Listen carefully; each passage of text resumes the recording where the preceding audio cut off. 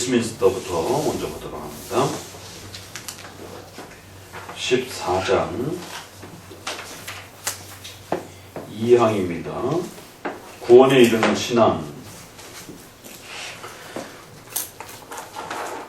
신앙의 근원적, 유효적 원인이 워낙 논쟁이 많았었기 때문에 외미는 1항에서 인간이 신앙을 책임져야 되는, 신앙을 해야 하는 실천적 책임을 갖고 있음에도 불구하고 그 신앙을 만들어가는 근원적 힘은, 유효적 원인은 하나님께로부터 신앙과 회개 전부 만들어지는 하나님 중심적인 또 이러한 구원의 의미들을 먼저 정리를 해줬습니다. 그래서 알미니안주의처럼 마치 우리 손에 신앙과 회개가 다 달려 있는 것처럼 이렇게 접근하는 또 이러한 신앙은 분명히 문제가 있는 것이다라고 하는 것을 이렇게 정리를 해줬습니다. 자, 2항을 같이 읽어봅니다. 이 믿음으로 그리스도인은 말씀 가운데 계시된 것은 무엇이든지 참된 것으로 믿는다. 왜냐하면 성경 안에서 말씀하시는 하나님 자신의 권위 때문이다. 그리스도인은 각 구절에 포함되는 내용에 따라서 각각 다르게 행동하는데 그 명령들에 순종하고 엄정한 행동들에 조용하며 현세와 내세는 하나님의 약속들을 받아들이며. 그러나 구원하는 믿음의 핵심적 행위들은 은혜 언약의 공로에 의한 것인데 칭의와 성화와 영생을 얻기 위하여 오직 그리스도만을 믿고 받아들이며 의지하는 것이다. 상당히 길게 이렇게 좀 내용이 나와 있는데 첫 번째 줄을 먼저 잘 이렇게 보게 되면 이 믿음으로 이런 것을 좀 강조 문장을 쓰면서 그리스도인은 말씀 가운데 계시된 것은 무엇이든지 참된 것으로 믿는다. 그러니까 믿음의 정의가 첫 문장, 첫 소절에 이렇게 정의가 됩니다. 믿음이란 뭐라고요? 말씀 가운데 계시된 것을 참된 것으로 그렇게 신뢰하고 믿는 것. 이게 신앙이라는 거예요. 신앙의 아주 근본적 정의를 먼저 이렇게 정립을 해놓습니다. 148페이지로 넘어가서 보시면 2항은 장로교회가 이해하는 신앙에 대한 성경적 정의를 소개한다. 믿음이란 무엇인가? 가장 쉬운 질문 같지만 대답은 쉽지 않다. 많은 교파가 이 믿음의 정의를 잘못 내려서 구원의 원리를 파괴하고 훼손하였다. 로마 카톨릭은 신앙을 카톨릭 교리에 대한 맹종, 맹신으로 가르쳤고, 알미니안주의는 신앙을 인간 의지의 결단으로만 주장했고, 신비주의는 종교적 감정과 체험으로 가르쳤다. 이에 반하여 개혁파는 신앙을 하나님께 대한 전인격적인 의지와 신뢰와 사랑과 경외로 가르쳤다. 신앙은 단지 지식적인 것도 아니며 의지적 결단도 감정도 아니다. 신앙은 말씀에 대한 바른 지식과 교리에 대한 이해를 토대로 성경에서 가르치시는 하나님을 사모하며 그분의 뜻을 따라 살고자 하는 전 삶의 결단과 지정의를 포함한 인격적 헌신을 포함한다. 그래서 이 신앙은 다른 말로 경건이라고 합니다. 그러니까 이제 신앙의 정의에 있어서 우리가 가장 혼동스러운 건 뭐냐면 2000년 교회사 속에서 끊임없는 또 이 논쟁이 있었겠죠. 자, 그러면 인간의 이 구조 안에서 들여다보면 인간은 전인격으로 구성되어 있어요. 그렇죠? 지정의 정도로 우리가 이렇게 구별해 볼 수가 있어요. 인간의 어떤 특징을 이렇게 이해해 보면, 이제, 그러면서 신앙의 하나의 방향성이 서로 이제 논쟁이 됩니다. 지식만을 신앙으로 생각을 하는, 이제 이런 분파들이 등장을 하게 되는 거예요. 로마 카톨릭도, 하나의 그 지식을 소개하고 그 지식의 맹목적인 동의를 요구하면서 그 동의를 신앙으로 이렇게 적용을 하는 겁니다. 그래서 로마 카톨릭은 지식의 면도 있으면서 동의, 그러니까 맹종, 의지에 대한 부분에 있어서 또 이렇게 겹쳐 있기도 하고, 그래서 맹종, 맹신인데, 그러니까 무지의 어떤 모습도 있어요. 그러나 카톨릭이 원하는 지식은 갖고는 있어야 돼요. 교황, 신부 이런 부분에 대해서 그래서 성경적인 지식은 아니지만 자기들이 만들어 놓은 그 지식에 절대적 맹종적 동의만 하면 돼요. 그걸 신앙이라 이렇게 생각을 하는 겁니다. 그러다 보니까 제세례파처럼 반대의 분파가 또 형성이 되는 거예요. 감성을 신앙으로 생각을 하는 거예요. 자기 마음이 뜨거워지지 않으면 그건 신앙이 아니라고 생각하는 거예요. 그러니까 이제 설교를 들을 때 신부가 뭔가를 얘기하면 무조건적으로 믿는 거예요. 그럼 그걸 신앙이라 생각하는 거예요. 그런데 제세례파는 마음이 뜨거워져야 그게 신앙이라 생각을 하는 것이죠. 알미니안주의가 그 사이를 파고들어서 인간이 자기 스스로 뭔가를 판단하고 결단하고 결정을 해야 그게 신앙인 것이지. 그러니까 알미니안주의는 이제 우리가 이번에 그리스전을 보니까 묘하게 맞닿아 있어요. 그렇죠. 인간이 결정해야 신도 있는 거예요. 그리스 정신에서는. 신이 인간을 만들어서 끌고 가는 게 아니에요. 인간이 뭔가를 결정하고 최종적 어떤 판단을 내리지 않으면 그 어떤 것도 일어날 수 없는. 그러니까 알미니안주의도 역시 신이 존재한다 할지라도 인간이 그 신앙을 자기가 받아들이고 결정하지 않으면 신도 관여할 수 없는. 그래서 알미니안주의는 가항력적 신앙이라고 말을 하는 거고 우리는 불가항력적 신앙이라고 표현을 하는 겁니다. 하나님이 택하신 자들에게는 때가 되어서 반드시 그들에게 불가항력, 그가 거부할 수 없는 그런 성령의 내적인 은혜를 통해서 그를 신앙으로 끌어내신다는 거예요. 택한 자들에게. 그러나 가항력, 하나님의 은혜를 거부할 수 있다는 거예요. 그래서 하나님의 은혜도 내가 싫으면 얼마든지 거부해버리고 신앙을 안 가질 수도 있다는 거예요. 누가 더 센 사람이에요? 누가 더 센 존재예요? 신이 더 센 존재예요? 신앙을 주려고 하는 신이 더 센 존재예요? 아무리 주려고 해도 거부해버리면 끝이에요. 인간이 더 센 거예요. 인간이 더 세버리는 거예요. 그러니까 이 구원의 내용을 어떻게 그 방향성을 잡느냐에 따라 하나님의 은혜를 말한다 할지라도 결국엔 인간이 더 센 존재가 되는 그런 식의 신앙의 또 모습이 형성이 될 수 있다는 거예요. 그래서 유효적 원인, 신앙의 근원적 원인을 먼저 설명한 거고, 그랬을 때에 신앙의 정의에 들어와서는 지정의로 이렇게 조금 구별해서 지식을 강조하는 스타일, 감정을 강조하는 스타일, 알미니안주의처럼 인간의 이성적 판단과 결정을 더 중요하게 여기는 그러한 의지를 강조하는 그런 또 스타일. 그래서 역사 속에는 이 크게 세 가지로 나눠집니다. 지정의 형태에서 각각 따로만 강조하는. 그러나 인간은 지정의의 형태로 구성되어 있는 모습을 보게 되면 신앙이란 하나님을 사랑한다라고 하는 것은 단지 역사적 지식만 있는 게 아니에요. 그럼 그 역사적 신앙 이렇게 표현하고 감정만 나타낼 수 있는 거 아니에요. 감정적 신앙이라고 표현하는 거예요. 신비적 신앙이라고, 기적 신앙이라고 말을 하는 거지.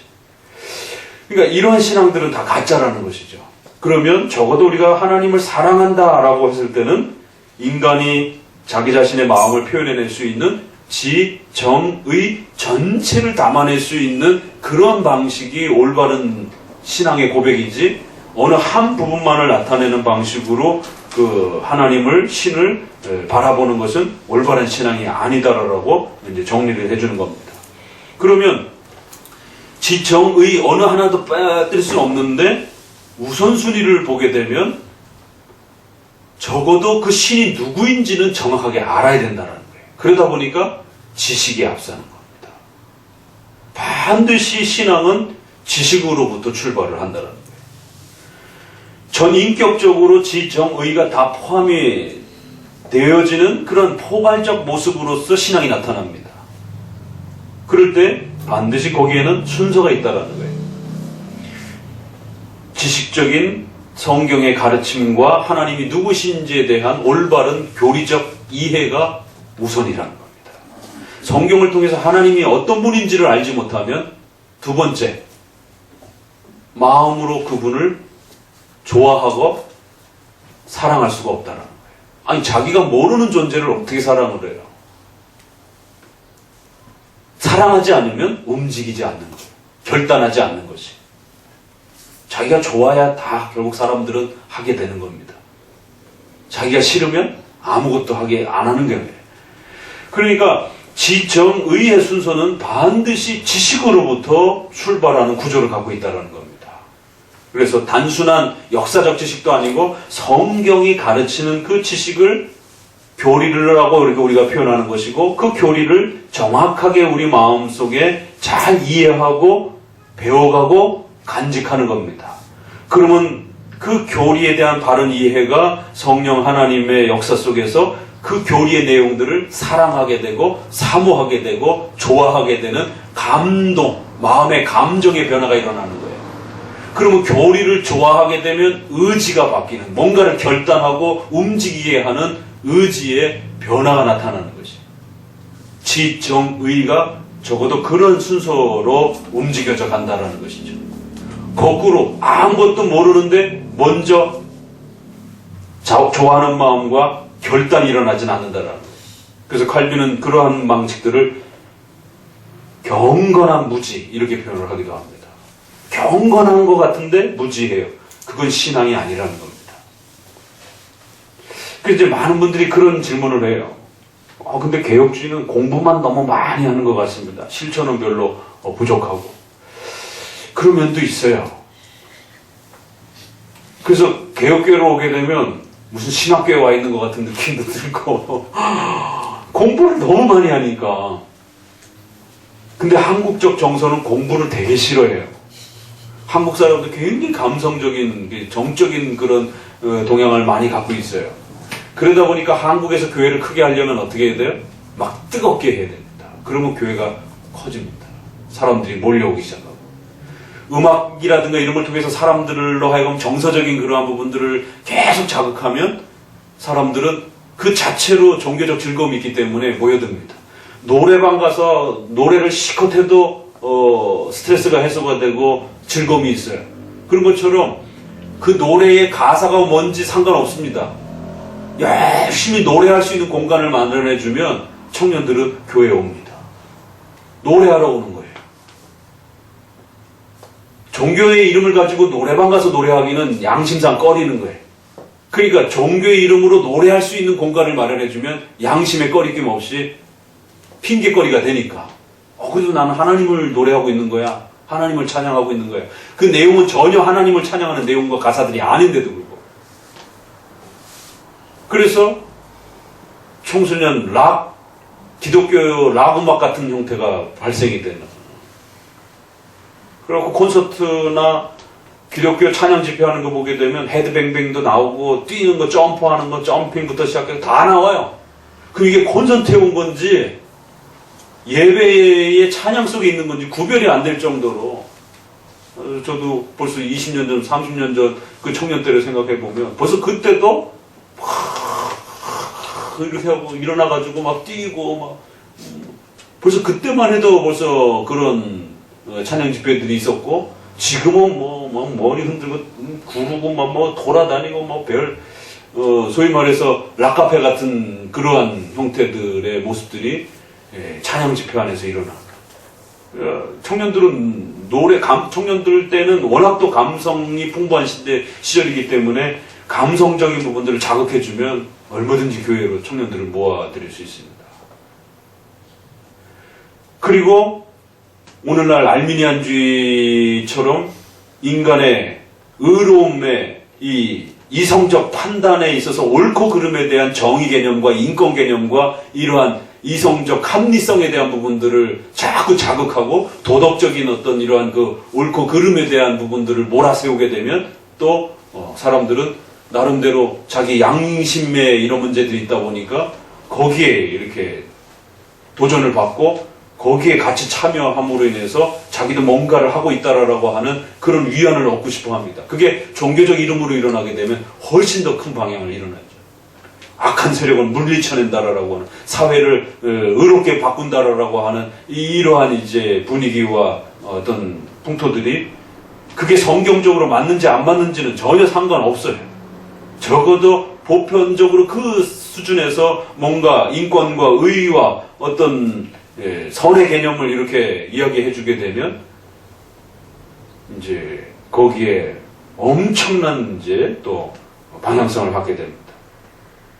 그러니까 이제 이런 부분들이 마치 신앙처럼, 그러니까 국가를 바꾸는 게 신앙인 것처럼, 사회를 의롭게 바꾸는 게 신앙인 것처럼, 그래서 사람들로 하여금 데모하도록, 사람들로 하여금 현장에 뛰어나오도록 이렇게 그들의 의지를 충동을 시키고, 그들의 의지에 마치 당신이 지금 안 나오면 비겁한 사람이라고 하는 그런 의지의 문제를 강력하게 막 건들면 분위기 때문에도 나올 수밖에 없는.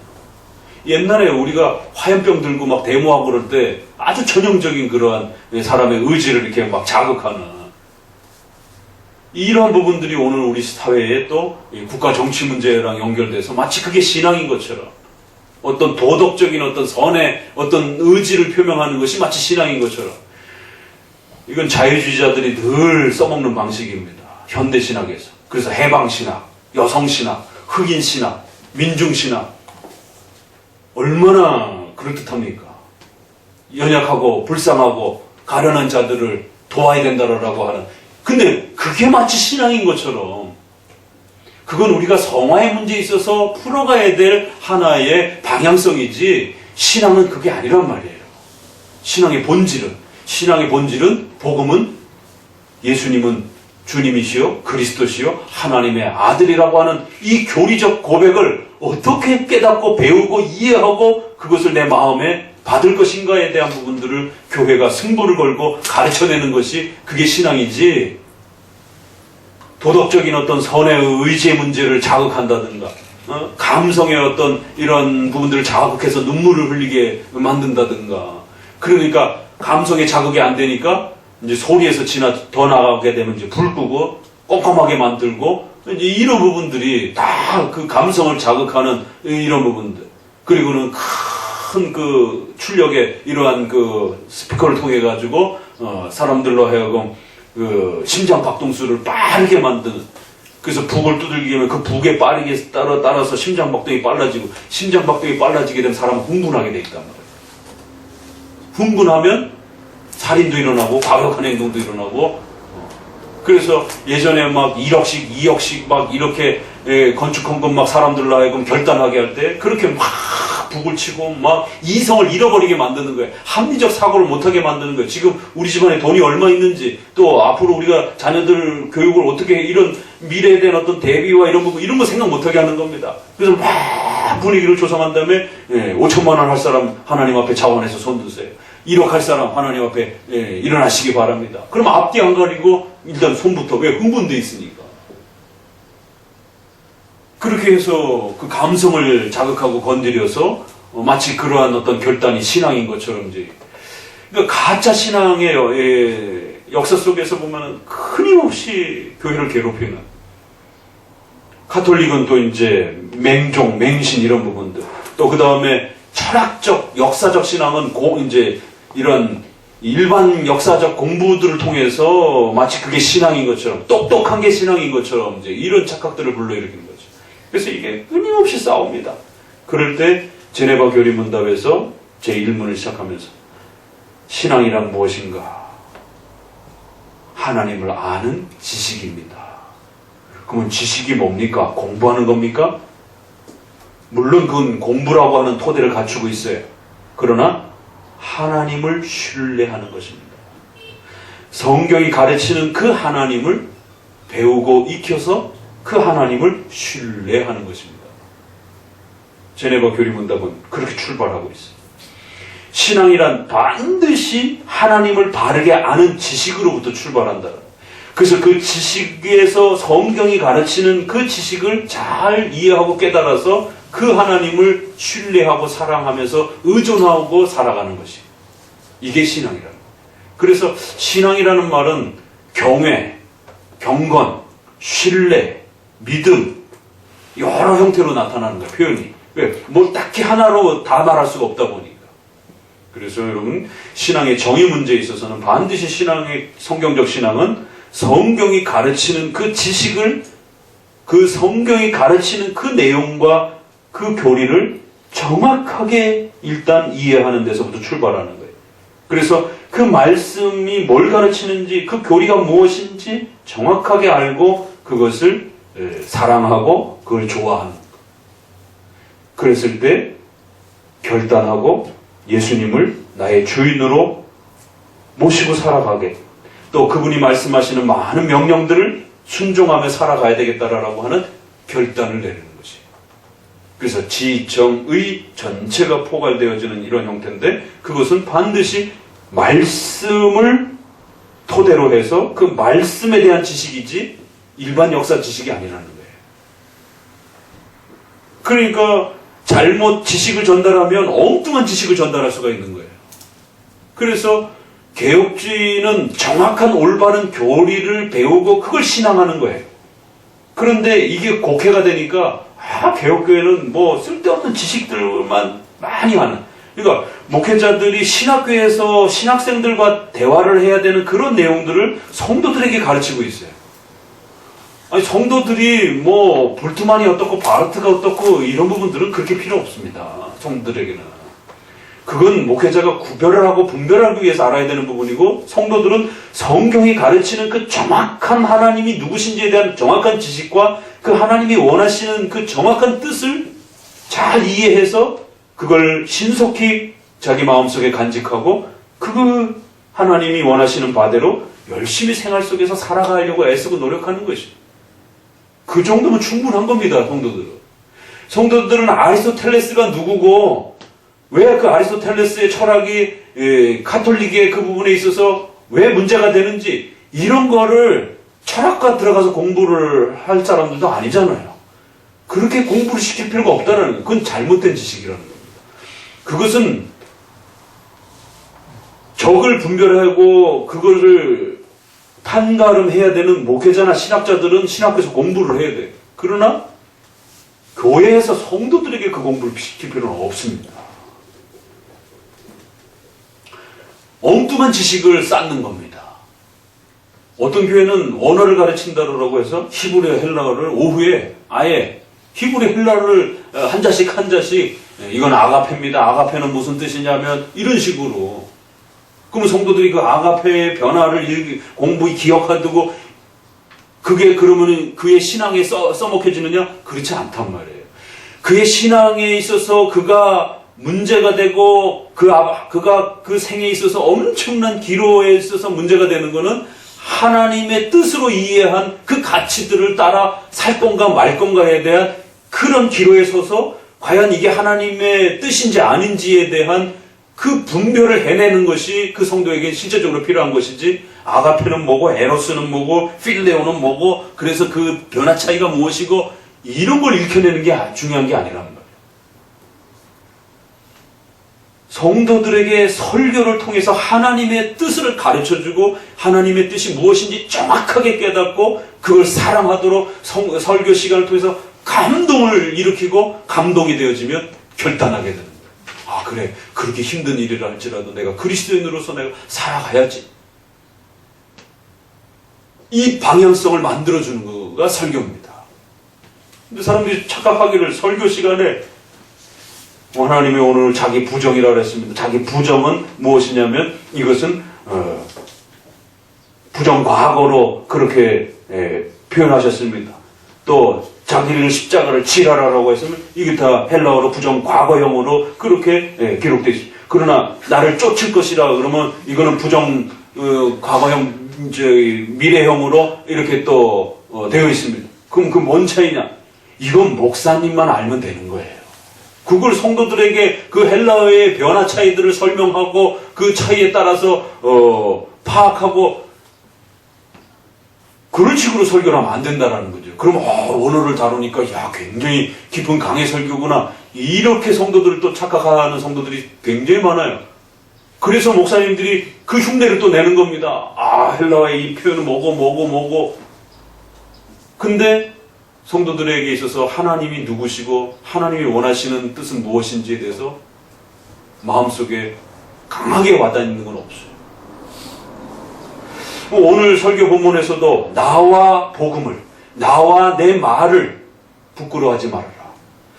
아주 묘하죠? 예수님과 예수님의 말씀을 구별해주고 있어요. 이거는 구별은 되지만 분리할 수가 없어요. 많은 사람들이 그래서 신앙을 착각을 합니다. 예수님을 영접하고 예수님을 알아야지 왜 개혁교회는 자꾸 공부만 하느냐라고. 기도하면서 기도원에서 내가 예수님을 만났어요. 예수님을 뜨겁게 사랑하고 싶어요. 그러면 되는 거지. 뭐 삼일체가 어떻고 교회가 유형교회가 어떻고 무형교회가 어떻고 머리 아프다라라. 왜 그런 교리를 공부해야 되느냐라라. 예수님을 내가 만났으면 되는 거지. 근데 성경에서는 예수님과 예수님의 말을 구별하고 있어요. 분리시키진 않습니다.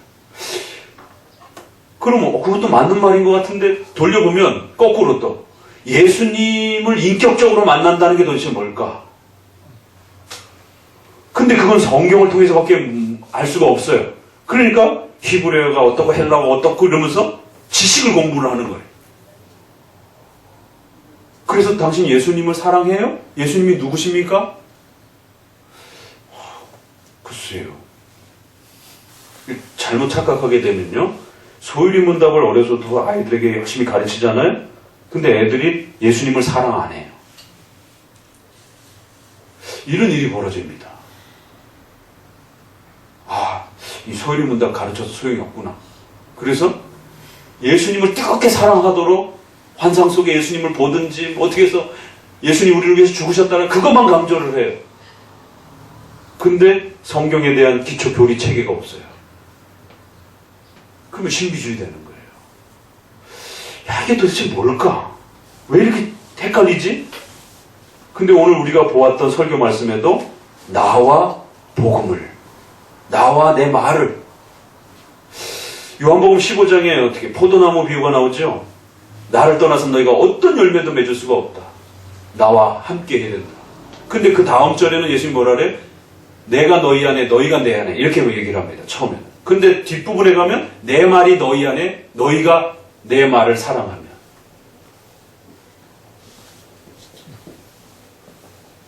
예수님은 내가 너희 안에, 너희가 내 안에, 이것과 내 말이 너희 안에, 너희가 내 말을 순종하는 것에, 이걸 그냥 막 교체해서 쓰십니다.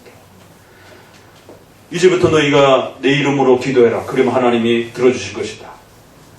그러면 하나님을 사랑하는 것은 무엇이냐? 내가 아버지를 사랑해서 그 아버지의 뜻에 순종하면서 복종하면서 이렇게 살았던 것처럼 너희도 내 말에 순종하고 내 말의 명령에 따라서 실천하면서 살아. 그게 나를 사랑하는 것이다. 그러니까 예수님을 만나고 영접했다. 예수님을 사랑한다. 이게 무슨 말인지를 교리적 개념이 없으니까 이게 무슨 말인지 모르는 거예요. 예수님을 사랑한다는 것은 예수님과 인격적 관계를 맺고 살아가는 것이에요. 그런데 예수님이 눈에 보이지 않는 상태에서 어떻게 예수님과 인격적 교제를 하냔 말이에요. 그래서 많은 사람들이 성경을 가르치기 시작합니다. 근데 성경을 가르치면서 일정한 지식의 어떤 부분들만 쏟아내요. 그럼 그게 예수님인가? 이게 이제 막 헷갈려지기 시작하는 겁니다. 예수님과 예수님에 대한 교리, 이 둘 중에 하나를 선택해야 되는 겁니까?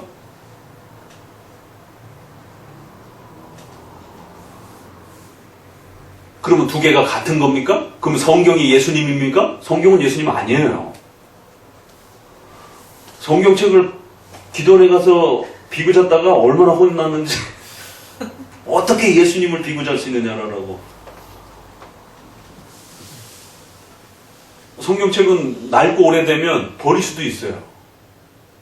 성경은 예수님이 아닙니다. 성경은 하나님의 뜻과 마음을 계시로서 우리에게 인간의 언어를 사용해서 하나님의 마음을 알려준 계시예요. 예수님은 성경책이 아닙니다. 이 개념이 안 잡혀 있다 보니까 이런 구분을 못 하는 거예요. 그러면 성경 공부할 필요 없네? 이렇게 되는 거예요. 그러면 신비주의 되는 거예요. 예수님 만나러 다니는 겁니다. 예수님 만났어. 그러니까 성경 공부하고 싶지 않은 거예요. 왜? 성경 공부해봐야 필요가 없으니까. 그런데 교조주의에 빠지게 되면, 스콜라주의에 빠지게 되면 어떤 일이 벌어지냐면 성경 공부 열심히 하면 된다라고 생각을 하는 거예요. 그 말이 맞는 말 같은데 거기에 함정이 있는 거예요. 성경은 열심히 공부를 하는데 자기 주관대로, 자기 마음대로, 자기 해석대로 막 공부를 하다 보니까 어떤 예수님을 가르치는지도 모르겠고, 그리고 또 자기가 이해한 그 예수님이라고 해도 그 예수님을 내가 사랑하고 만났는가? 이 문제는 또 다른 거예요. 그러니까 성경에 대한 지식이 자기 머릿속에 있는 것과 예수님을 사랑하는 건 다른 말이에요, 이게 또. 그러니까 개혁주의 교회를 오게 되면 교리 공부를 많이 합니다. 근데 잘못 착각하게 되면 이 교리적 지식을 많이 알고 있는 그 자체만이 마치 신앙인 것처럼 이런 또 오해를 갖게 되는. 그건 일반 교회도 마찬가지예요. 일반 교회에서 성경 공부 많이 하는 데 있죠. 그러면은 창세기부터 계시록까지 줄줄줄줄줄줄줄 외워요. 아브라함이 몇 살에 살았고 어디에 죽었고 이거 뭐 다 외웁니다. 그럼 그렇다고 그 사람한테 신앙이 있느냐? 그렇지도 않아요. 그건 성경의 지식을 그냥 많이 갖고 있는 거예요. 참 신앙이라는 거 하나 더 들여다보면 들여다볼수록 도대체 신앙이 뭔가? 그래서 하이델베르그를 입는다, 소를 입는다, 신앙이란, 참된 신앙이란 이렇게 해서 앞에 true를 꼭 붙입니다. 참된, 왜 가짜 신앙들이 워낙 많으니까. 그래서 지정의라고 하는 형태로 나눠보게 되면 지정의 전체가 포괄되게 되는 거고, 신앙이라고 하는 그 원칙론에서 보게 되면 신앙은 반드시 말씀을 토대로 시작하는 거예요. 그렇지만 거기서 끝나면 안 됩니다. 말씀에서 가르치는 그 내용을 전부 다 외워도 되는 게 아니에요. 말씀에서 말하는 그 정확한 교리를 이해하는 것이 출발입니다. 성경에 수많은 사건도 있고 수많은 내용들도 있고 수많은 인물들도 등장을 해요. 그걸 달달 외운다고 해서 신앙이 만들어지는 것도 아닙니다. 목회자들, 신학자들도 그 연도 그거 다 기억 못합니다. 성경에 있는 교리를 믿는 거예요. 교리를 이해하는 것입니다. 예수님이 몇 살에 태어났고 몇 살에 죽으셨고 몇 살에 무슨 활동을 했고, 이건 성경의 지식이에요. 그렇지만 그 예수님이 나의 주님이요 그리스도시요 하나님의 아들이십니다라고 고백하는 건 하나의 교리체계가 되는 겁니다.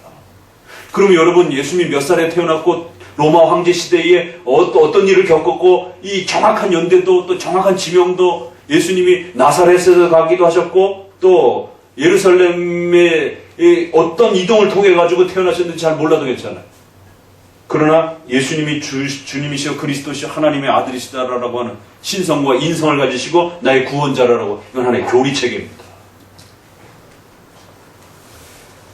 그러니까 일단은 성경의 교리체계에 대한 지식으로부터 출발을 하는 겁니다. 그런 교리적 지식의 체계들을 부지런히 가르쳐줘야 되는 거예요. 그걸 배우기 위해서는 일단 공부를 해야 되는 겁니다. 그래서 교회란 가르칠 교자로 쓰는 겁니다. 한문에서. 홀리 캐톨릭 처치 이렇게 영어에서는 표현됐어요. 그래서 교회가 도대체 뭔가? 여기에 이제 개념의 정의가 어긋나다 보니까 교회 와서 막 쓰러지고 막 병 고치는 일들이 벌어지고 막 이런 일들이 벌어지는 거예요. 교회가 뭘 하는 데인지를 모르는 거예요. 교회는 공부하러 오는 것입니다. 이걸 명심하셔야 돼요. 성경을 배우기 위해서 교회에 오는 겁니다. 왜? 성경에서 그 하나님이 누구신지를 가르치기 때문에. 그래서 성경의 올바른 지식들을 잘 쌓는 것입니다. 성경의 지식을 가르쳐 줄 때도 연도를 기억하고 외우도록 가르치는 게 아니라 성경에서 우리에게 필요한 하나님이 누구신지를 가르쳐 주는 그 중요한 교리들을 이해하고 터득할 수 있도록 그 교리를 알려주고 깨우쳐 주는 겁니다. 그래서 일단 그 교리적 지식이 먼저 잘 기억되고 외워지고 이해되어지도록 도와주는 것이. 그러면 성도들이 삼위일체, 신성, 인성, 또 우리 인간의 원죄, 또 믿음으로 구원, 이런 하나하나의 교리적 지식들을 잘 쌓아가는 것이. 그러면 예수님의 말씀이라고 하는 것이 형성이 됩니다. 그런데 예수님은 또 따로 계셔요. 그러니까 이 두 체계가 분명히 구별은 됩니다. 예수님이 인격적 존재로서 신이시고 예수님은 인격적으로 우리가 만나는 것이에요. 그런데 보이지 않으신 분이 붙다 보니까 예수님의 인성은 또 멀리 떨어져 있다 보니까 그럼 예수님 어떻게 만나느냐? 예수님이 스스로 그 방법을, 예수님의 말씀을 남겨주신 겁니다. 예수님이 누구신지, 예수님께로 어떻게 나올 수 있는지 성령께서 도와주실 것이다라는 거예요. 근데 그 성령은 어떻게 도와주시느냐? 오직 성령께서 주셨던, 예수님이 주셨던 그 성경을 이해하고 깨닫는, 하나님의 말씀을 깨닫는 방식을 통해서 예수님께로 나올 수 있는 거죠. 그러니까 사람들이 예수님께로 나오는 그 도구에 머물러 있기도 하고, 또 도구 없이 예수님을 만났다고 그러고 있는 겁니다. 그래서 어린아이들도 우리 자녀들을 키워낼 때도 소요리 문답으로 부지런히 교리 체계를 세워주고 말씀을 잘 이해할 수 있도록 도와주면서 중간중간에 아이들에게 너 인격적으로 예수님을 사랑하니?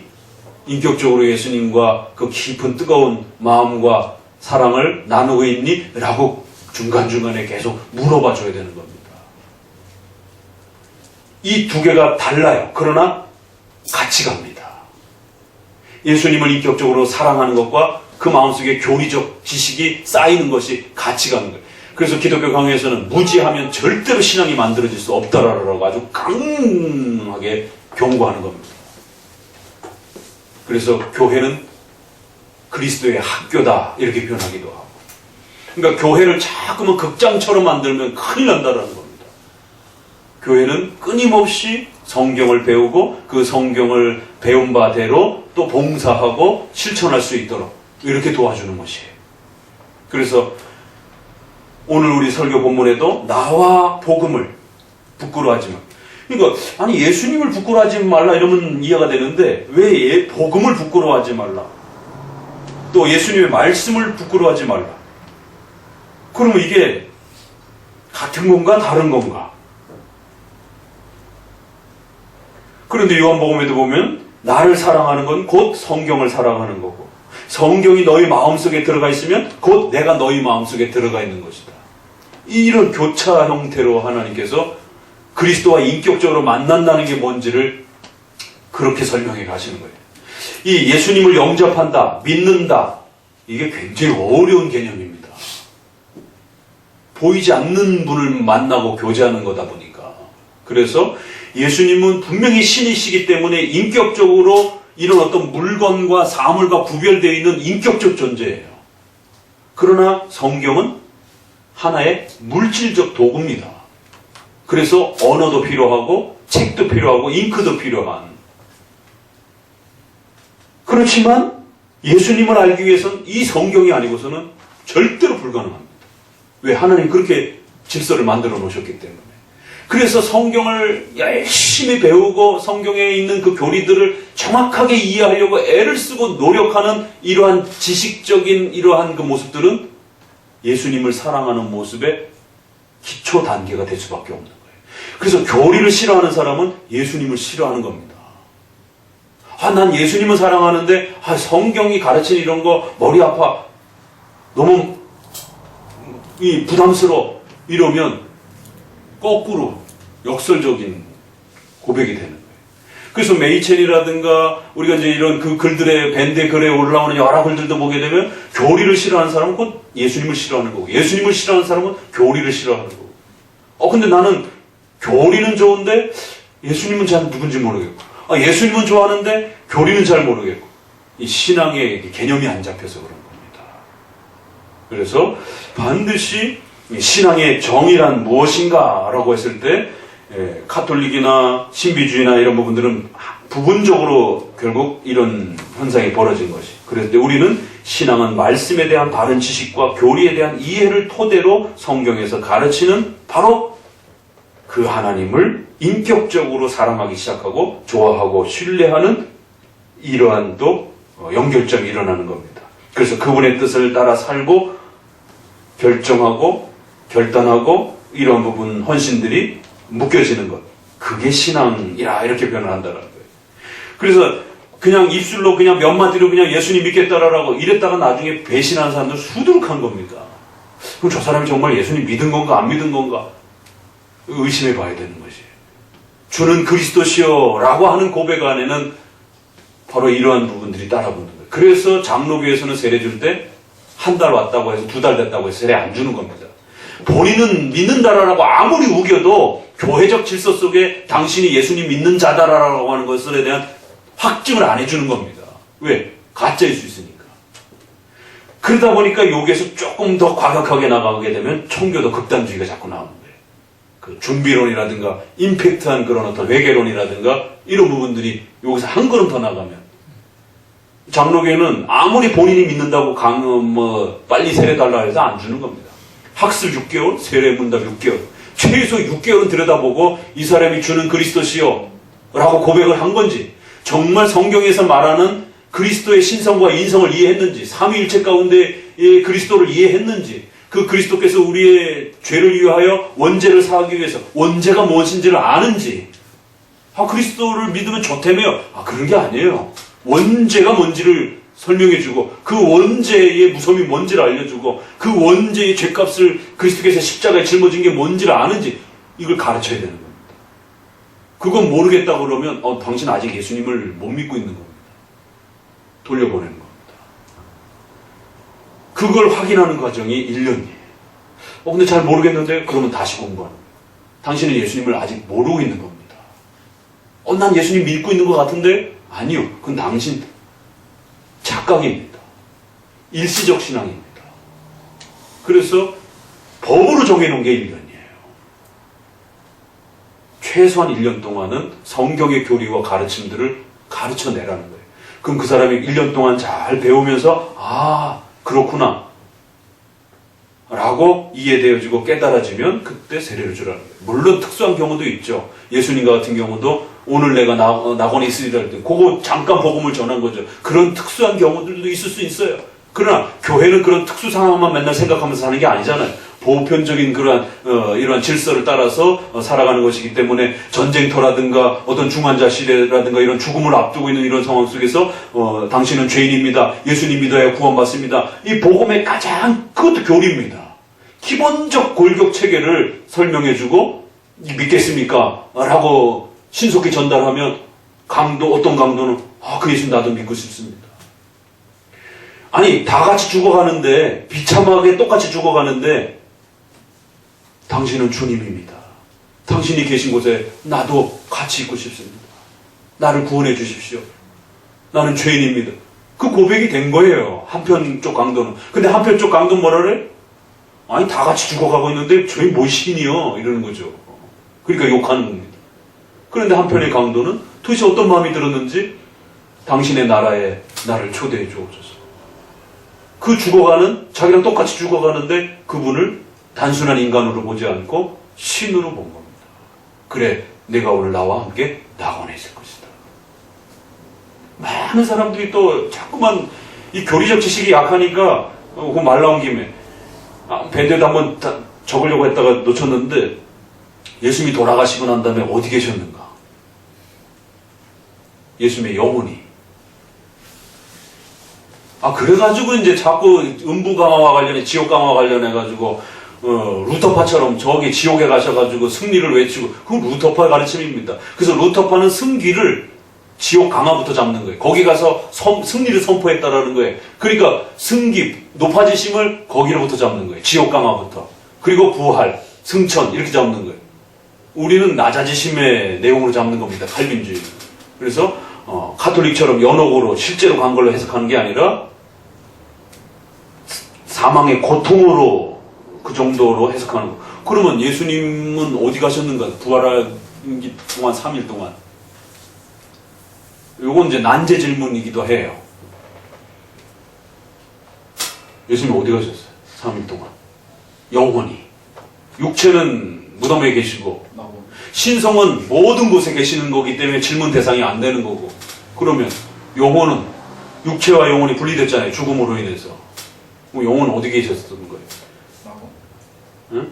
낙원 동에 있습니다. 또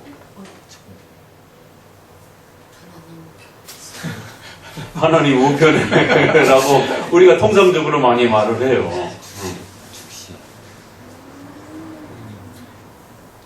영혼은 아직 부활 전이잖아요. 그러다 보니까 그래서 사람들이 그렇지 그럼 영혼은 어디 계시지?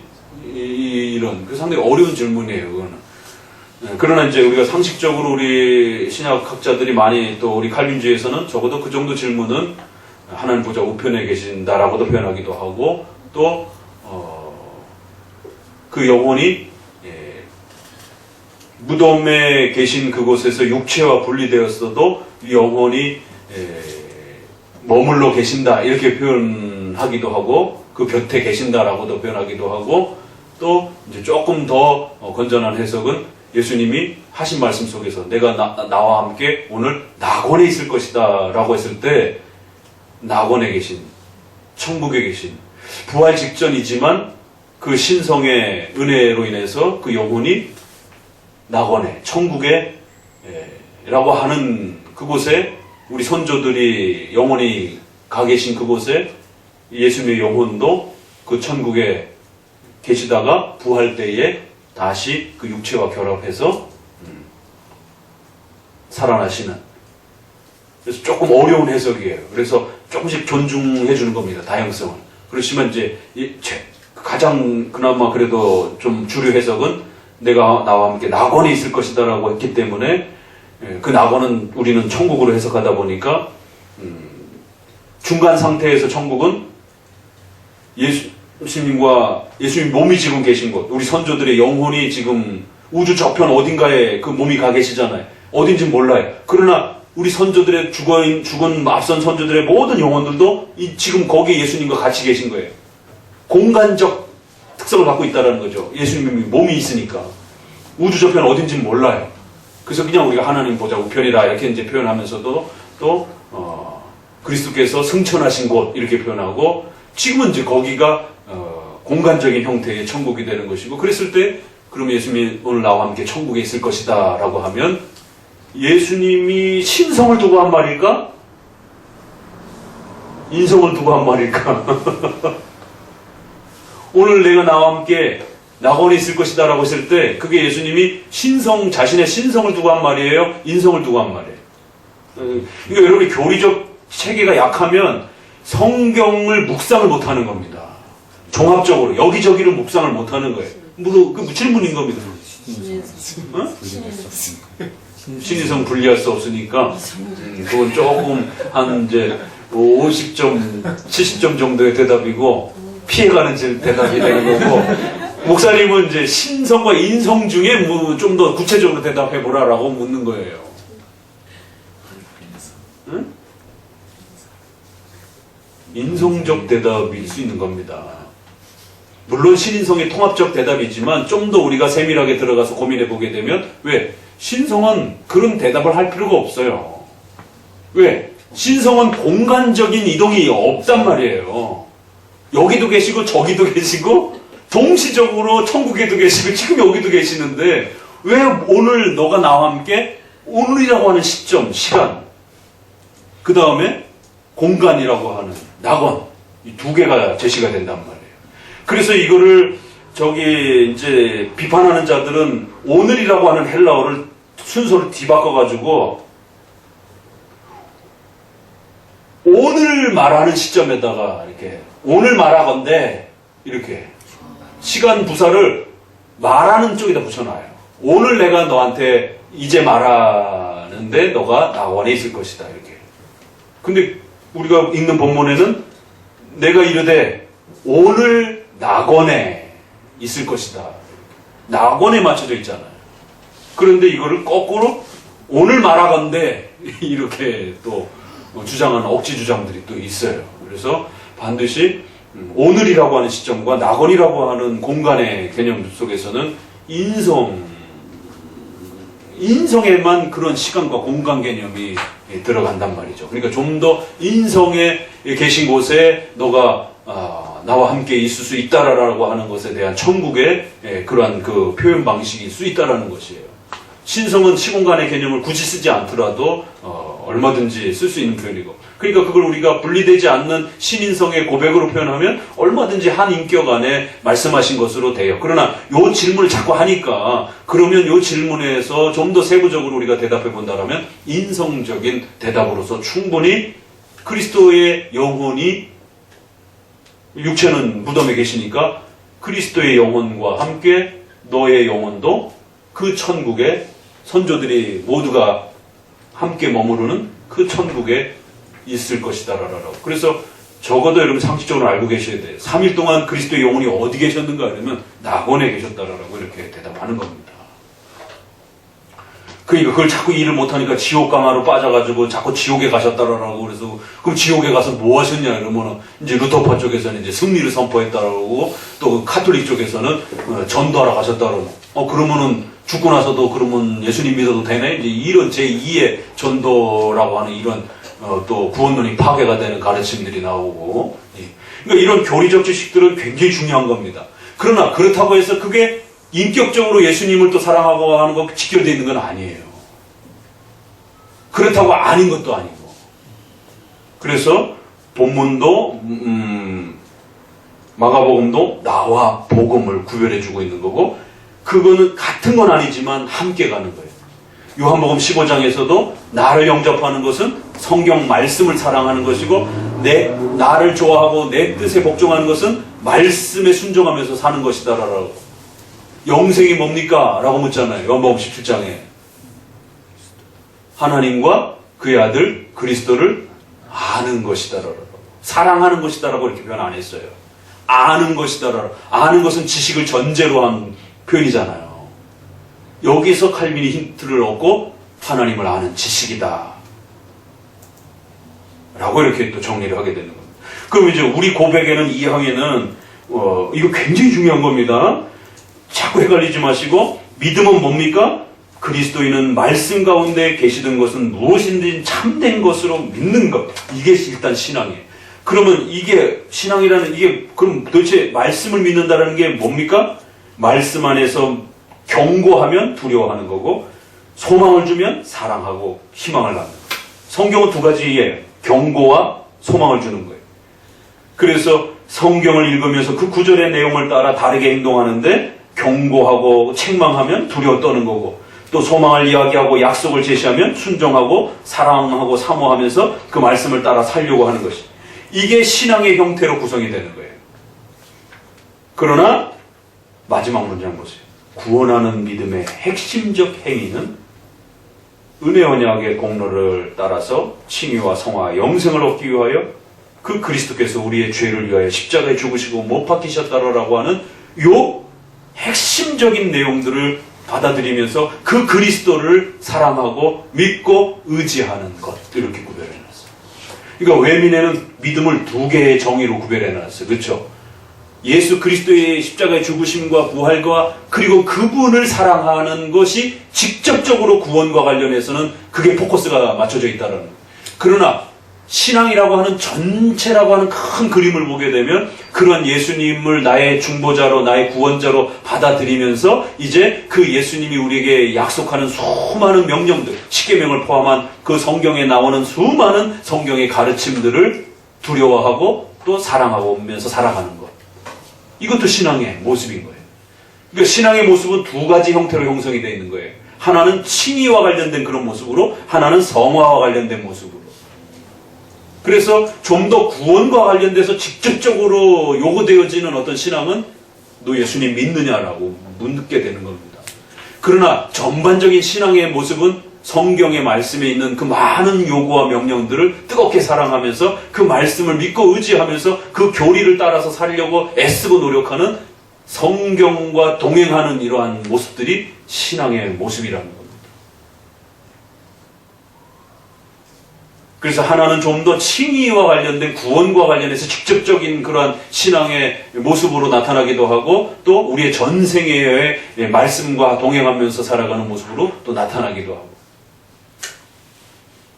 그래서 웨스민스터도 신앙의 이런 두 가지 특성의 모습을 구별해서 좀 더 그래서 좁은 의미의 신앙과 넓은 의미의 신앙을 구별해 준 거죠. 그러니까 왜? 성경이 나와 복음을 부끄러워하면 나와 복음을 믿어야 된다 이렇게 말을 하고 있고 예수님을 믿는 것이 말씀을 믿는 거고 말씀을 믿는 것이 예수님을 믿는 거고 이렇게 복합적으로 사용한단 말이에요. 성경이 신앙이라는 개념 자체를. 그래서 신앙의 정의 부분에서는 이렇게 이 부분이 굉장히 아주 중요한 부분입니다. 하이델베르크 유리문답도 이렇게 돼 있어요. 참된 신앙이란 뭐냐? 성경에서 가르치는 그 예수님을 믿고 의지하면서 그 예수님이 우리에게 요구하는 많은 명령들을 순종하고 따르는 것이다. 이래요.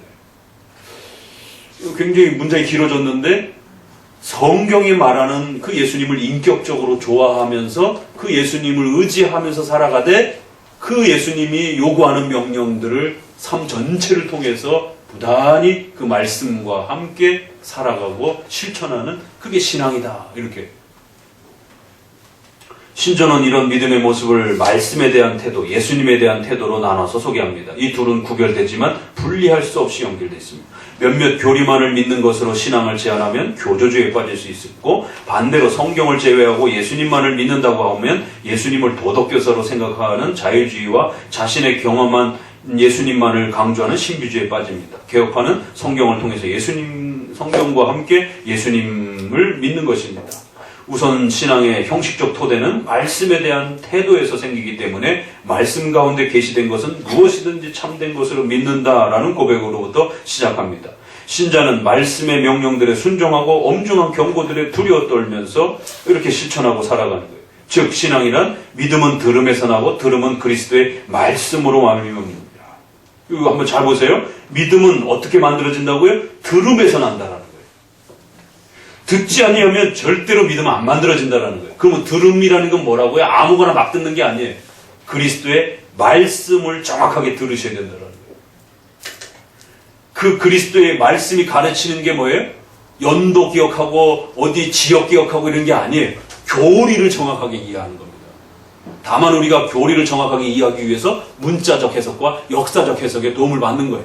그래서 해석의 최종 결론은 교리적 해석이 최종 결론인 겁니다. 그래서 약간의 지리와 문자를 잘못 읽어도 괜찮아요. 그러나 교리가 틀리면 안 됩니다. 그러니까 사탄은 사람들이 교리에 알레르기 반응을 일으키도록 그렇게 몰아가는 거예요. 역사 속에서. 성경은 사랑하는데 교리는 싫어하는 아주 이런 희한한 이제 신앙관들이 만들어지는 겁니다. 뜨겁고 체험은 좋아하는데 교리는 싫어하는.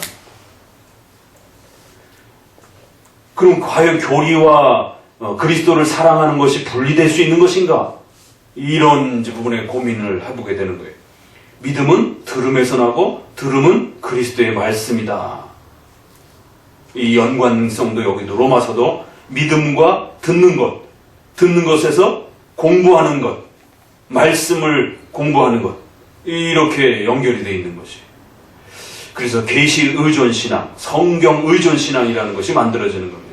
하지만 신조는 구원하는 믿음의 핵심적 행위들이라고 표현하여 말씀을 통한 믿음의 외적 형식과는 또 구별된 또 다른 믿음의 본질적 내용을 소개합니다. 구원을 얻기 위한 핵심적이며 본질적 행위는 오직 그리스도만을 믿고 받아들이며 의지하며 신뢰하는 것입니다. 우리는 말씀을 통해서 믿음을 가집니다. 그러나 그 말씀 자체가 하나님은 아니기 때문에 신조는 계시의 수단과 인격체인 하나님을 구별해 주는 겁니다. 성경은 계시의 수단인 거예요. 그 계시의 수단을 통해서 예수님을 알려주는 겁니다. 근데 그 예수님은 반드시 인격체이신 예수님은 계시의 수단을 통해서만 알 수가 있어요. 둘은 다르지만 같이 맞물려 있고 연결되어 있다는 거예요. 비록 말씀이라는 수단을 통해서 나아가지만 신앙의 본질적 내용은 삼위일체 하나님을 전인격적으로 사랑하고 신뢰하는 겁니다. 그러니까 오늘날 예수님을 믿는다라는 것, 이게 개념이 망가져 있어요. 그래서 성도가 신앙을 갖고 있는지 안 갖고 있는지를 왜 장로교는 1년이라는 시간을 두면서 그들에게 교리를 가르치고 교리의 정확성을 점검하고 난 다음에 그 정확성에 대한 올바른 이해가 있을 때 세례라고 하는, 믿는 자라라라고 하는 표징을 주는 이러한 믿음을 확인해가는 그 개념의 이 질서 체계가 오늘날 다 무너져 버린 거예요. 그러니까 자기가 믿으면 그냥 믿음이 있는 거예요. 이건 자기 신념입니다. 어떤 예수님을 그 사람이 믿는지 아무도 몰라요. 그러면 교회적 질서 속에서도 네가 믿는 믿음이 진짜인지 가짜인지도 확인해 줄 수가 없는 거예요. 그러니까 이제 여기에서 이러면 안 되겠다 그러니까 이제 청교도의 극단적 청교도의 이제 그런 방식들이 아주 자꾸 극단적인 어떤 이 준비와 요건들을 요구하게 되는. 그러나 장로교는 적어도 기본적인 장로교의 소요인 문답 정도에서 나오는 교리 체계 정도만 이해하면 그게 성경에서 요구되어지는 최소 수준의 교리적 지식이니까. 근데 그 정도의 최소 못 맞추고 있으면 그 믿는 게 아니라는 거예요. 그건 선을 긋는 겁니다. 우리도 제세례파처럼 막 감정에 취해가지고 막 이런 것 선을 긋는 거예요. 그건 신앙이 아니라는 거예요. 그러면 적어도 그렇다고 해서 또 아주 극단적인 높은 어떤 지식을 요구하는 어떤 그런 건 또 아니라는 거예요. 적어도 성경이 요구하는 기초적 교리와 체계들은 요구해야 된다. 그러면 그것을 그 사람이 듣고 예수님이 그런 분이에요? 예수님 정말로 나를 위해서 그런 일을 하셨다고요? 이제 나 예수님을 믿고 살고 싶습니다. 예수님을 주님으로 영접하고 싶습니다. 이제 이러한 과정이 따라오는 겁니다. 그래서 그 사형리, CCC의 그 사형리 이런 방식들이 그런 영접 기도라든가 이런 전도들이 자칫 잘못하면 굉장히 위험해지는. 이제 예수님 믿겠습니까? 이제 따라하세요. 그럼 당신 이제 예수님 믿은 겁니다. 이렇게 하면 안 된다라는 것입니다. 그런 예수님이 계셔요? 그러면 교회로 인도를 해줘야 되는 거예요. 여기서 당장 영접해가지고 이제 당신 예수님 신자가 됐습니다. 라고 그렇게 전도자가 바로 판단할 수 있는 문제가 아니에요. 신앙이라는 것은. 교회를 통해서 그가 신앙이 정말로 있기 위한 기초적인 교리적 체계를 갖췄는지, 그리고 그 교리적 체계를 정말 가슴으로 사랑하는지, 마음 뜨겁게 그러한 신앙에 자신의 삶을 의탁하고 싶어 하는지, 그러고 나서 최소한 그러면 교회라고 하는 질서 속에 주일날 교회를 오고 싶어 하는지, 의지의 결단을 보이는지. 예수님은 사랑한다고 하는데 교회 안 나와요. 그건 믿음이 없는 겁니다. 그건 신앙이 없는 거예요. 아무리 자기가 신앙이 있다고 예수님 믿는다고 해도 그건 네가 믿는 거지. 하나님이 세워주신 교회라고 하는 공적 질서를 통해서는 너를 믿음 있는 자로 취급할 수 없다라는 거예요. 그래서 주일 성수는 우리의 모든 것이고 시작이고 모든 것이 되기도 하는 겁니다. 그러니까 이러한 그 과정 질서 체계가 하나 종합적으로 전부 다 연결이 되는 것이. 자, 사망까지는 좀 읽고 끝냅시다. 사망은 좀 쉬운 것이에요. 그런 면에서 이 믿음은 같이 읽어봅니다. 정도의 차이가 있어서 약하기도 하고 강하기도 하다. 종종 여러 가지 모양으로 공격을 당하여 약해지기도 하나 마침내 승리한다. 이 믿음은 우리의 믿음의 조성자요 완성자인 그리스도를 통하여 완전한 확신을 얻기까지 여러 면으로 성장해 간다. 그래서 이러한 믿음의 정도 차이는 반드시 존중해 주라는 거예요. 이렇게 믿음의 정의가 아주 중요하다 보니까 이 믿음의 정의를 잘못 오해해가지고 믿음의 그 분량의 충만함에 대한 부분들을 믿음이 있느냐 없느냐를 갖고 이렇게 접근하는 이런 식으로 접근하게 되면 큰일 난다는 겁니다. 그 사람이 믿음이 연약한 거지 믿음이 없다라고 또 이렇게 요구하면 안 된다라는 거예요. 충만함의 문제를 있느냐 없느냐로 잘못 또 착각하게 되면 큰일 난다라는 겁니다. 그래서 믿음이란 또 정도의 차이가 발생이 되어질 수도 있다라는 것을 또 분명히 또 한편으로 인지해야 된다라는 거예요. 사망은 신앙의 확신과 차이를 말합니다. 신앙은 정도의 차이가 있어서 약하기도 하고 강하기도 합니다. 칭의는 정도의 차이가 없지만 성화는 정도의 차이가 있는 것처럼 신앙도 인간의 인격적 책임과 의무를 수단으로 해서 일어나기 때문에 각각 정도의 차이가 나타납니다. 그래서 약한 믿음, 강한 믿음이라는 표현이 가능합니다. 이 신앙은 종종 여러 가지 모양으로 공격을 당하여 약해지기도 하고 완전한 확신과 장성한 믿음의 분량을 얻기까지 여러 면으로 성장해 갑니다. 그렇기 때문에 성도들은 약하며 어린 믿음에 머물러서는 안 되고 열심히 신앙의 외적 수단을 사용하여 경건에 이르기를 연습하며 훈련해야 합니다. 그러면 이 세상에 감당치 못할 이러한 신앙으로 성장해가는 또 모습이 있는 것이. 그러니까 신앙은 좁은 의미와 넓은 의미가 함께 포괄적으로 이렇게 이루어지는 겁니다. 그러다 보니까 칭의적 관점에서 말하기도 하고 성화적 관점에서 말하기도 하고, 좁혀서 말하면 너를 위하여 십자가에 돌아가신 예수님을 믿느냐라고 이렇게 아주 좁혀서 말할 수도 있는 겁니다. 그 믿음을 정확하게 고백하고 그 예수님이 자신을 위하여 십자가에 돌아가시고 자기가 왜 죄인인지에 대해서 고백했으면 그 사람은 아무리 작은 분량으로 고백했다 할지라도 믿음이 있는 거예요. 그래서 우리가 복음주의권 내에서도 구원론 문제에 있어서는 이 최소한의 부분들을 고백하고 가지고 있으면 이단이라고 말하지 않고 또 그들의 신앙을 존중하는 겁니다. 정말 막 회개망측하게 해서 막 믿지 않는 이상에는 성경에서 말하는 죄, 그런 죄를 위해서 예수님이 우리를 위하여 자신을 위해서 십자가에 못 박히고 돌아가셨고 부활하셨다라고 하는 주는 그리스도에 대한 그 가장 적은 가장 기본적인 고백을 이해하고 받아들이고 있으면 신앙을 존중하는 겁니다. 잇따르라로. 근데 이 개념을 못 잡으니까 극단적 청교도 형태에서는 더 많은 수준을 요구하는 거예요. 그러니까 목사님만 1차적으로 구원받고 나머지 성도들은 마치 다 구원 못 받은 상태에 있는 것처럼 이런 너무 높은 요구를 이렇게 하게 되는. 그래서 청교도들 책들이, 과격한 청교도들 책들은 굉장히 조심스럽게 읽어야 된다는 거예요. 철로역정부터 시작해가지고 성화의 어떤 이 높은 수준을 요구하는 부분을 잘못해서 칭의의 어떤 높은 수준으로 이렇게 착각하게도 하게 되는. 로버트 맥체인부터 시작해가지고 데이비드 브레이러드 이 정도의 어떤 수준의 이 신앙이 없으면 마치 신앙이 다 없는 것처럼 이렇게 취급하면 안 된다는 겁니다. 그런 분들은 역사 속에 아주 특별한 분들이시지 보편적인 그런 그 신앙의 모습은 아니에요.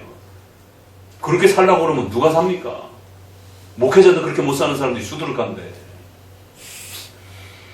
그러니까 너무 과격하게 몰아도 안 되고 그렇다고 너무 기준이 없어도 안 되는 것이에요. 그래서 신앙이란 분명히 정도와 분량의 차이가 있기 때문에 최소한의 좁혀서 신앙의 요구 조건들을 그리스도를 물었을 때, 죄를 물었을 때 그가 적어도 성경이 말하는 그러한 죄의 개념으로서 자기가 죄인임을 고백하고 그 예수님이 자기의 죄를 위하여 십자가에 못 박히시고 희생하시고 부활하셨다라고 하는 그 고백을 하면 그는 어찌됐든 신자로서의 존중을 받는 겁니다.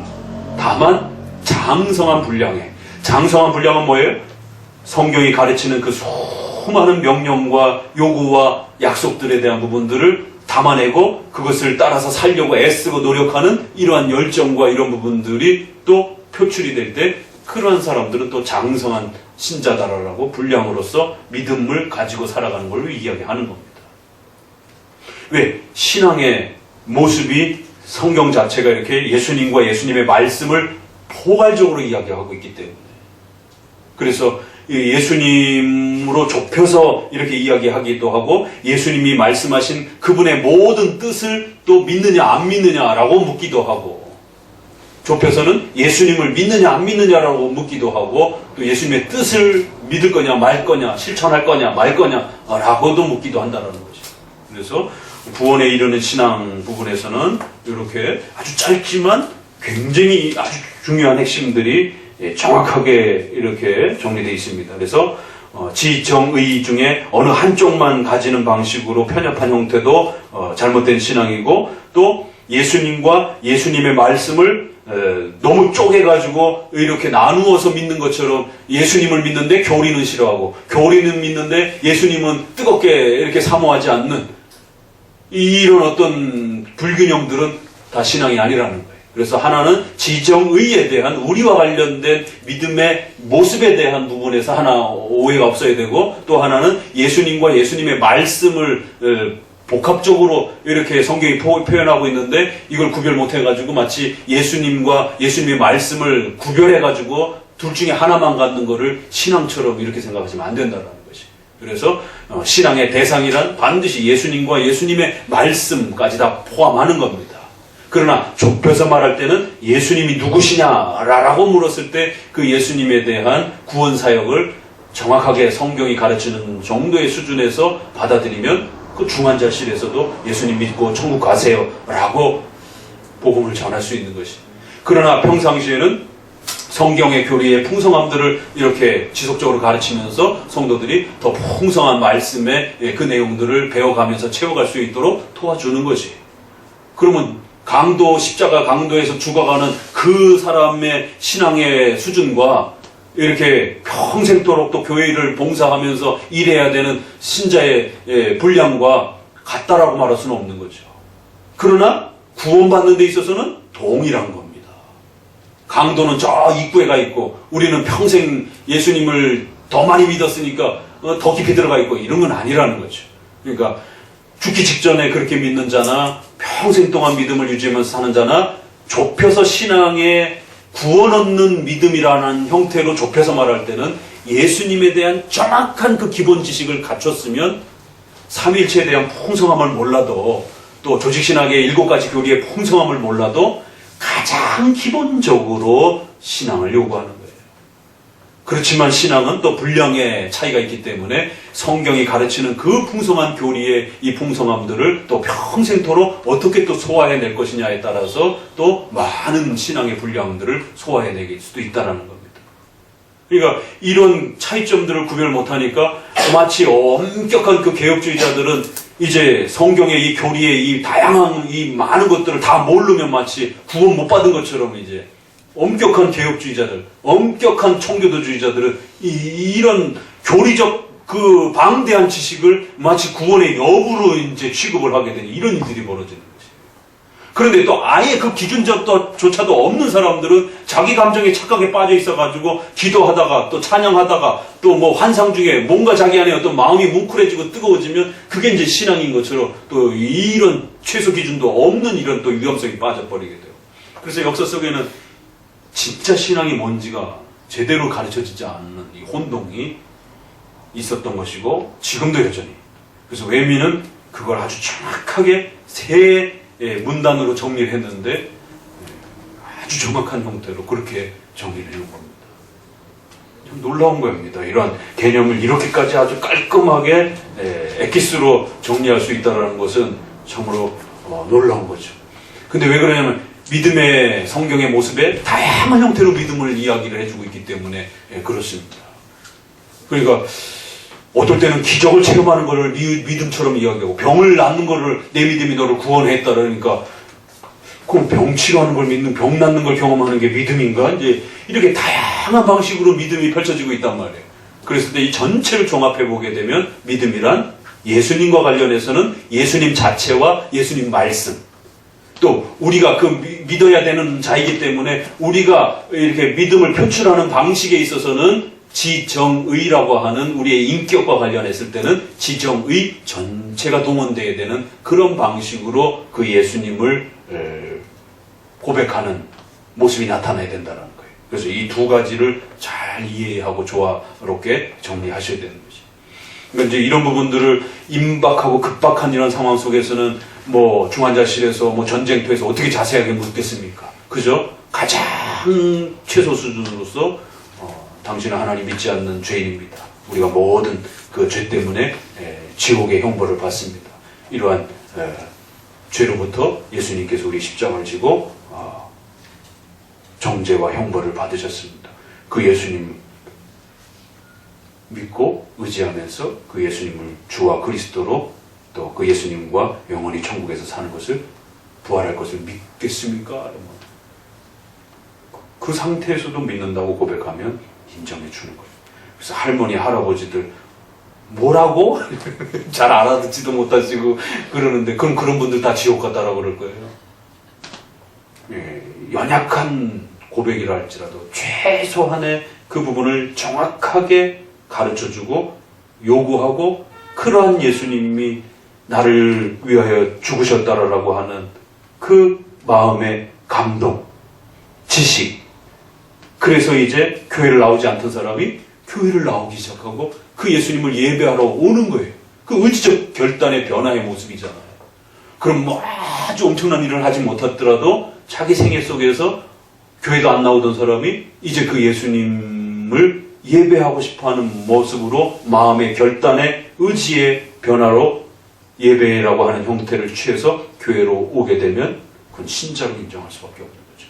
그래서 일정한 기간과 형식을 갖춰서 그가 그 상태를 유지하면 이제 당신은 신자로서 교회의 질서 안에서 우리가 인정하겠습니다 라고 하면서 세례를 주게 되는 거예요. 그러니까 이 신앙의 문제를 자칫 과하게 몰아가게 되면 극단주의가 되고 신앙의 문제를 기준을 없애버리게 되면 완전히 그냥 자기가 신앙의 주인이 돼버리는 자기 멋대로 믿는 이제 이런 난장판이 될 수도 있는 이제 이런 형태가 벌어져요. 그래서 결국 신앙이라는 게 구원론에 있어서 가장 민감하고 가장 예민하고 가장 중심된 이야기인데 도대체 신앙이란 뭐냐라고 이렇게 물으면 머릿속에 막 빙빙 도는데 이렇게 딱 정의를 내려서 말하기가 참 쉽지 않은 겁니다. 신앙이란 그리스도와 그리스도의 말씀을 믿는 겁니다. 그리고 그분을 사랑하고 의지하는 것입니다. 그리고 전인격적으로 우리가 그렇게 그 말씀과 그 예수님을 사랑하고 사모하고 의지하며 살아가는 것입니다. 그 정도만 정리해도 굉장히 큰 개념이 정리되는 겁니다. 기도합니다. 하나님 감사합니다. 오늘